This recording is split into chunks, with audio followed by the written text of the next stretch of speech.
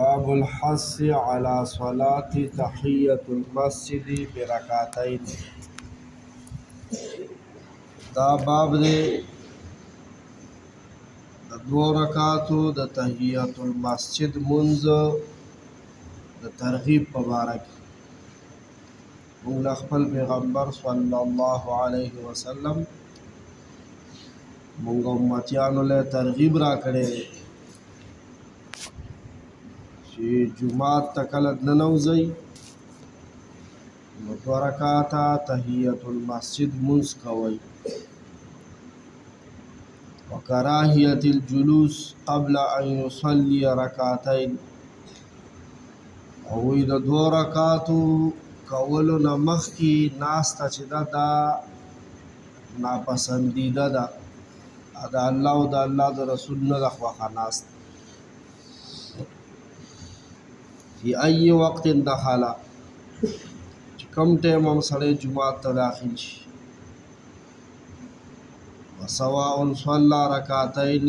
بنیة التحیة، و بیا ورکې لږ وسعت او گنجایش ډېر زیات دی، دا نفل دی چونکې برابر خبره ده که دا دوه رکعاته نفلو کی د تحیة المسجد په نیت او صلاتن فریضتن، یا د فرض منځ وخت او فرض منځ او سنتن راتبتن، یا سنت مؤکد او غیرها، یا دین علاوه بل څه منځ او د خبرې مطلب دا دی چې مسلمان کله جمعات ته ننوځي که نه، نو پیله کار دی منځو کې منځ کینی دی نه، ډایرک ناسته ناپسندیده ده. که کله مکروه وختو، داسې وختو چې هغه وخت کې نفل نه کېده، څه د مونځ ټیم نه یا ټیم کوتاه لنډو، نو بیا دې دا کلمات وایي: سبحان الله والحمد لله ولا اله الا الله والله اکبر ولا حول ولا قوة الا بالله العلی العظیم. دا کلمات دی وایي یو ځل دی منځ ته تحیة المسجد منځ وایي. تحیة المسجد، مسجد خو جماعت ته وایي، مسجد جماعت ته وایي. تحیه څه ته وایي؟ تحیه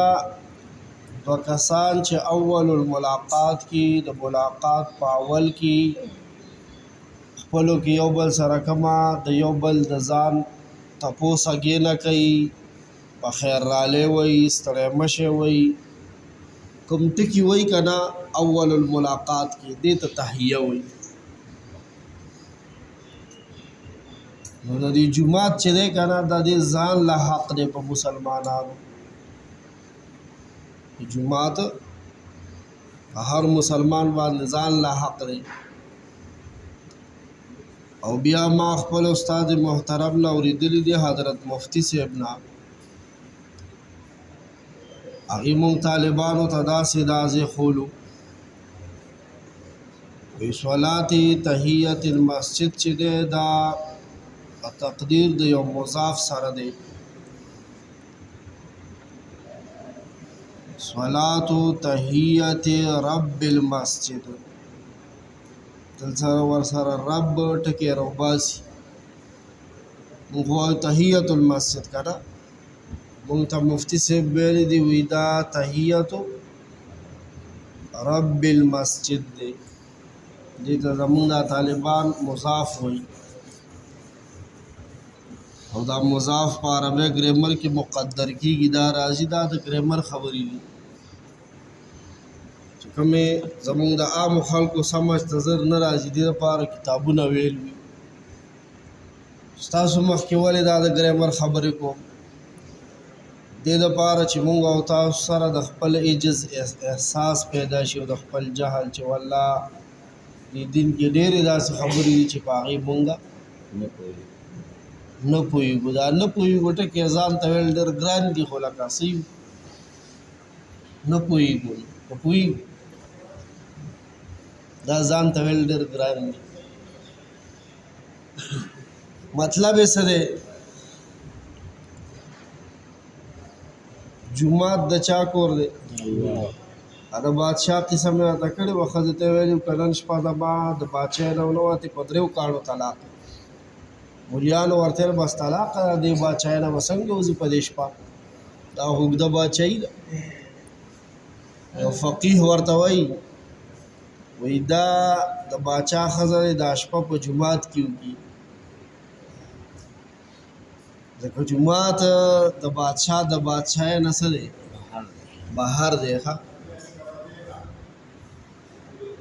جومات د چا دی نه که چا ځمکه وقف کړې ده بس خدای دې هلته په کار راولي چا پکې څه خښته مخته لګولې څه بله فلیټ پکې لګولې دی بس ښې کړي دي خو دا د چا کور دی د الله اوس تاسو نه دویم تپوس دا کوم چې دا جوماتونه د الله کورونه دي اوس تاسو څه خیال دی تاسو خپل کور ته هر کس د لاسه نیسئ او ننباسئ یې په لاره چې څوک روان وي د لاسه رانیسئ او که نه چې کوم نږدې وي خوښ وي هغه خپل کور ته بوځو نو الله پاک مونږ او تاسو راوستو خپل کور ته که نه دا یې مونږ او تاسو باندې ډېر اوچت احسان کړی دی الله دې وکړي چې د دې احساناتو احساس مونږ سره پیدا شي نو اوس د دې جومات د مالک شکریا دا کول پکار دی شکریا مونږ سره او که د فرض مونځ وخت او که د سنت او که د سنت مؤکد او که غیر مؤکد ټیم او که د نفلو ټیم او که د دې یو ټیم هم نو وخت غوتاو سبحان الله والحمد لله ولا اله الا الله والله اکبر ولا حول ولا قوة الا بالله العلي العظيم یول السوا سلور سلوختم نمبر حدیث شریف دے عن ابی قتادة رضی اللہ عنہ قال ابو قتادہ رضی اللہ عنہ نے روایت تے فرمائی لی دی قال رسول اللہ صلی اللہ علیہ وسلم پیغمبر علیہ السلام فرمائی لی دی اذا دخل احدكم المسجد لتاسن چکل یوتن جمعه تنوزی فلا یجلس نسمدستی نکینی حتی یصلی رکعتین پہلے دی 2 رکعت تحیت المسجد منذ کی دا سوک فرمائی حضرت قتادہ سے فرمائی وی دا چا ویلی دی پیغمبر علیہ السلام د خپل پیغمبر خبره هو منو کله متفق علیہ یول السوا 15 نمبر حدیث عن جابر رضی اللہ عنہ قال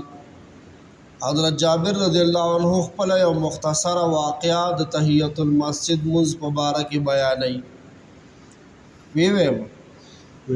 قال وی اتیت النبی صلی اللہ علیہ وسلم حضرت جابر سے فرمائی وی پیغمبر علیہ السلام لورلما د پیغمبر علیہ السلام خدمت اقدس کی حاضر شما وهو فی المسجد پدا سے حال کی چې نبی علیہ السلام په جمعات کې تشریف فرماو فقال نمات ویل دا سکارو کا کیناما پہلا صلی رکعتین یو 2 رکعتا تحیت المسجد منذ قدا حدیث متفق علیہ د بخاری و مسلم شریف کے